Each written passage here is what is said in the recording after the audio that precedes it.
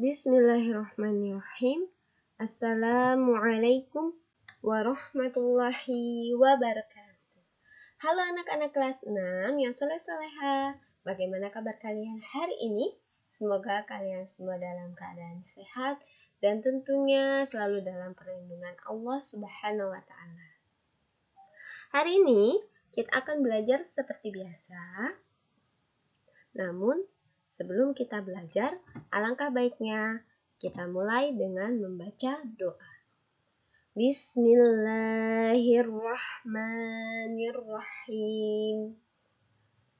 Rabbi zidni ilma warzuqni fahma waj'alni minas sholihin.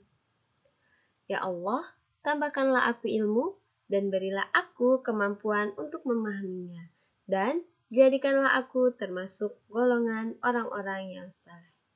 Sebelumnya kita telah mempelajari tentang perjuangan bangsa Indonesia ya dalam mempertahankan kemerdekaan Republik Indonesia, dan kita juga telah mempelajari makna proklamasi kemerdekaan Republik Indonesia. Kali ini kita akan belajar tentang pengaruh kemerdekaan terhadap kesejahteraan rakyat. Ya, selama hampir 350 tahun, bangsa Indonesia hidup dalam penjajahan bangsa asing. Para penjajah menerapkan berbagai kebijakan yang menyengsarakan rakyat. Di antaranya ada sistem tanam paksa atau kultur stelsel, kerja paksa zaman Belanda yaitu kerja rodi, dan kerja paksa zaman Jepang yaitu romusha, dan berbagai kebijakan lain yang merugikan rakyat. Seluruh bidang kehidupan di Indonesia diatur oleh penjajah, sehingga bangsa Indonesia tidak dapat menentukan sendiri arah kehidupan bangsanya. Setelah meraih kemerdekaan, bangsa Indonesia bebas untuk menetapkan peraturan pemerintah sendiri, baik yang berkaitan dengan bidang ekonomi, pendidikan, militer, dan sebagainya. Kebebasan itu tidak serta-merta membuat kehidupan ekonomi Indonesia langsung membaik daripada sebelumnya, karena pada awal kemerdekaan, kehidupan masyarakat, terutama keadaan ekonomi, masih dalam masa-masa yang sulit. Keadaan ekonomi Indonesia itu mengalami jatuh bangun, yaitu disebabkan ya antara lain Indonesia yang baru saja merdeka, sehingga belum memiliki pejabat khusus yang bertugas untuk menangani perekonomian Indonesia. Yang kedua, sebagai negara baru, Indonesia belum mempunyai cara untuk mengatur keuangan negaranya. Yang ketiga, kondisi keamanan di Indonesia masih belum stabil, sehingga kegiatan ekonomi masyarakatnya pun masih terganggu. Yang keempat, Indonesia menanggung utang peperangan dari pemerintah kolonial Hindia Belanda. Yang kelima, pengeluaran yang besar untuk membiayai operasional pertahanan dan keamanan negara. Dan yang terakhir, Indonesia belum memiliki mata uang sendiri, sehingga saat itu mata uang yang digunakan masih mata uang Jepang dan mata uang Hindia Belanda. Nah, tentunya untuk mengatasi permasalahan perekonomian tersebut, pemerintah Indonesia melakukan beberapa kebijakan ekonomi atau upaya-upaya yang dilakukan. Itu diantaranya bisa kita lihat. Yang pertama ada pinjaman nasional, ada gerakan benteng, konferensi ekonomi, rekonstruksi dan rasionalisasi angkatan perang, Uang Republik Indonesia atau ORI, rencana Kasimo atau Kasimo Plan, kebijakan dalam bidang moneter, pembentukan Badan Perancang Ekonomi atau Planning Board, dan ada Persatuan Tenaga Ekonomi. Yuk kita bahas satu persatu. Yang pertama ada Persatuan Tenaga Ekonomi. Beberapa bulan sebelum kekalahan Jepang hingga proklamasi kemerdekaan Indonesia, para pemimpin bangsa Indonesia mengadakan beberapa kali rapat membahas perekonomian bangsa. Dalam pertemuan di Bandung pada tanggal 6 sampai 8 April 1945, Muhammad Hatta mencetuskan ide mengenai ekonomi kerakyatan sebagai dasar pembangunan ekonomi Indonesia. Ekonomi kerakyatan dapat diartikan sebagai ekonomi koperasi. Dari gagasan ekonomi kerakyatan pula muncul gagasan mengenai pembentukan Persatuan Tenaga Ekonomi. Sehingga Persatuan Tenaga Ekonomi pun terbentuk pada bulan September 1945 di Jakarta dengan ketua atau dipimpin oleh B.R. Motik atau nama lengkapnya Basyarudin Rahman Motik.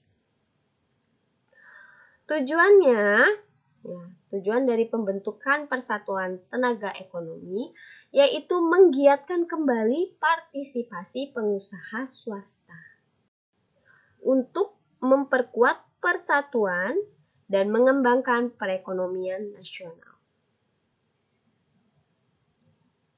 Sehingga dengan dibentuknya PTE ini juga diharapkan dapat melenyapkan individualisme atau individualisasi di kalangan organisasi pedagang yang tentunya dapat memperkokoh ketahanan ekonomi bangsa Indonesia. Selanjutnya ada pinjaman nasional. Kekosongan kas negara menjadi salah satu pemicu besarnya inflasi di Indonesia pada awal kemerdekaan. Oleh karena itu, pemerintah Indonesia berupaya mengatasinya dengan melakukan pinjaman nasional. Pinjaman nasional merupakan kebijakan yang dicetuskan oleh Menteri Keuangan, yaitu Insinyur Surahman. Dan dilaksanakan tentunya atas persetujuan Badan Pekerja Komite Nasional Indonesia Pusat atau BPKNIP. Untuk mendukung program tersebut, pemerintah membentuk Bank Tabungan Pos yang berguna menyalurkan pinjaman.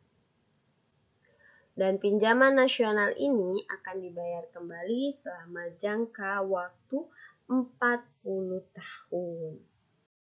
Selanjutnya ada konferensi ekonomi. Pada awal kemerdekaan, pemerintah masih berkonsentrasi pada pemulihan dampak pendudukan Jepang dan mengatasi kedatangan Belanda beserta sekutu.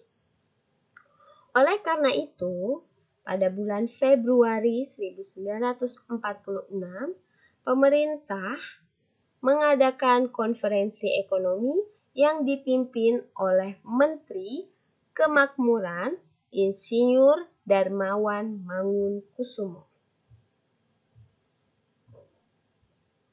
Konferensi ekonomi dilaksanakan dengan agenda menyamakan persepsi dan meraih kesepakatan dalam menanggulangi masalah perekonomian.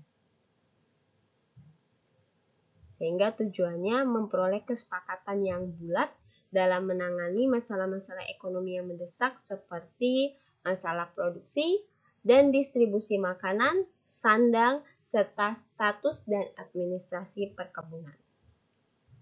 Keberhasilan penyelenggaraan konferensi ekonomi berlanjut hingga konferensi ekonomi kedua, yaitu yang diadakan di Solo pada tanggal 6 Mei 1946. Agenda konferensi ekonomi kedua membahas masalah program ekonomi pemerintah, masalah keuangan negara, pengendalian harga, distribusi, dan alokasi tenaga manusia. Dalam konferensi ekonomi kedua ini, Wakil Presiden Muhammad Hatta mengusulkan adanya rehabilitasi pabrik gula karena gula merupakan komoditas ekspor penting yang harus dikuasai oleh negara. Selanjutnya, uang Republik Indonesia. Ketika Indonesia merdeka, Indonesia belum memiliki mata uang sendiri. Dan ketika tanggal 1 Oktober 1946, mulai diberlakukan kebijakan melarang penggunaan mata uang NIKA dan mengganti uang Republik Indonesia. 25 Oktober akhirnya dikeluarkan juga kebijakan mengenai pertukaran mata uang rupiah Jepang sehingga pada tanggal 25 Oktober diperingati sebagai Hari Keuangan. Ya, mata uang kertas pertama yang dikenal sebagai uang Republik Indonesia. Ya, jadi di sini bacanya uang karena zaman dahulu tulisan huruf U itu ditulisnya dengan O sama E. Jadi ini sebenarnya uang Republik Indonesia. Nah, mata uang ori ini digunakan tentunya sebagai alat pembayaran sah sekaligus sebagai mata uang pengganti mata uang Jepang dengan kurs 1/1000. Jadi setiap 1000 mata uang Jepang bernilai 1 rupiah ori. Selanjutnya, ada kebijakan dalam bidang moneter. Nah, ini kebijakannya masih terkait ya dengan pengurangan nilai uang. Ya, jadi pemerintah pada tanggal 13 Desember 1946 menerapkan kebijakan untuk menekan inflasi perekonomian yang berupa pengurangan nilai uang sebesar 1000 menjadi 1 rupiah. Namun ternyata kebijakan ini semakin meningkatkan inflasi dan kegiatan ekspor yang terhambat semakin memperburuk keadaan perekonomian Indonesia. Selanjutnya ada pembentukan Badan Perancang Ekonomi atau Planning Board. Ya, pemerintah Indonesia membentuk Planning Board atau Badan Perancang Ekonomi. Planning Board ini dibentuk atas usulan atau inisiatif dari Menteri Kemakmuran, yaitu Dr. A.K. Ghani. Lembaga yang terbentuk pada 19 Januari 1947 ini merupakan badan yang bertugas membuat rencana pembangunan ekonomi untuk jangka waktu 2-3 tahun. Dan rencana ini kemudian disepakati sebagai rencana pembangunan 10 tahun. Dan langkah awal untuk merealisasikannya yaitu dengan pemerintah mengambil alih semua bangunan umum, perkebunan, dan industri yang sebelum perang menjadi milik Belanda. Lalu bangunan vital milik asing akan dinasionalisasikan dengan pembayaran ganti rugi. Perusahaan milik Jepang akan disita sebagai ganti rugi terhadap pemerintah Indonesia, dan perusahaan modal asing lainnya akan dikembalikan kepada yang berhak sesuai diadakan perjanjian Indonesia-Belanda. Selanjutnya, rekonstruksi dan rasionalisasi angkatan perang.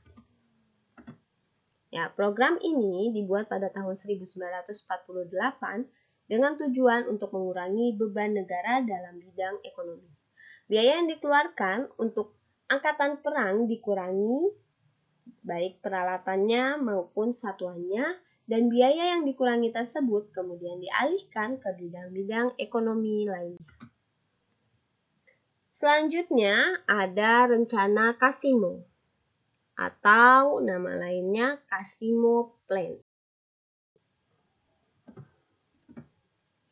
Program ini disusun oleh Menteri Urusan Badan Makanan, yaitu I.J. Casimo.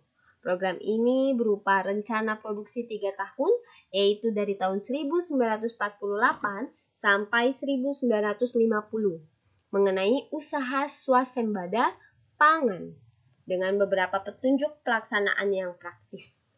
Untuk meningkatkan produksi bahan pangan dalam program ini, Casimo menyarankan agar menanami tanah-tanah kosong di Sumatera Timur yang seluas 281.277 hektar. Di Jawa melakukan intensifikasi dengan menanam bibit unggul, melakukan pencegahan penyembelihan hewan-hewan yang berperan penting bagi produksi pangan. Di setiap desa dibentuk kebun-kebun bibit, dan yang terakhir adanya transmigrasi. Selanjutnya ada Gerakan Benteng. Gerakan Benteng dirancang oleh ahli ekonomi Indonesia, yaitu Sumitro Joyo Hadikusumo. Gagasan ini didasari oleh kesadaran akan pentingnya mengubah struktur ekonomi kolonial menjadi ekonomi nasional. Caranya dengan pemberian kredit impor pada pengusaha Bumi Putra. Program ini dijalankan dari tahun 1950 hingga 1953, namun program ini dianggap gagal karena banyak pengusaha Bumi Putra yang menjual lisensi impor yang diberikan oleh pemerintah kepada pengusaha non-Bumi Putra, sehingga program menjadi tidak tepat sasaran. Selanjutnya, pengaruh kemerdekaan terhadap kesejahteraan rakyat. Ya, jadi apa sih pengaruh kemerdekaan terhadap kesejahteraan rakyat ini? Nah, tadi sudah disinggung ya, bahwa dengan meraih kemerdekaan bangsa Indonesia bebas untuk menetapkan peraturan pemerintah sendiri, baik yang berkaitan dengan bidang ekonomi, pendidikan, militer, dan lain sebagainya. Walaupun tadi sudah dijelaskan sebagai negara yang baru merdeka ya, dan baru belajar mengelola negaranya sendiri, Indonesia memang mengalami jatuh bangun, tetapi walaupun begitu, semua hasil ekonomi dapat dinikmati seutuhnya oleh rakyat Indonesia. Dan sedikit demi sedikit kesejahteraan rakyat pun dapat meningkat. Ya, di sini dapat kita lihat ya, sehingga tidak ada lagi pajak, ya, pengaruhnya tidak ada lagi pajak yang tinggi yang dibebankan kepada rakyatnya, khususnya kepada petani-petani. Lalu pendidikan akan mudah tersebar dan berkembang secara merata. Dengan adanya kemerdekaan ini berpengaruh ya terhadap kebebasan berpendidikan bangsa Indonesia. Karena memang pada masa penjajahan hanya golongan tertentu saja yang dapat memperoleh pendidikan. Jenis pendidikannya pun masih terbatas saat itu. Namun ternyata setelah kemerdekaan, semakin banyak rakyat Indonesia yang dapat mengenyam bangku pendidikan. Sehingga kita harus bersyukur kita bisa bersekolah, kita bisa belajar, bertemu teman-teman di sekolah. Selain itu juga tentunya kehidupan ekonomi Indonesia juga semakin membaik. Ya, diperolehnya kebebasan dalam melakukan pekerjaan dan tentunya tadi memperoleh pendidikan. Jadi semua golongan sekarang memperoleh hak yang sama dalam bidang pendidikan.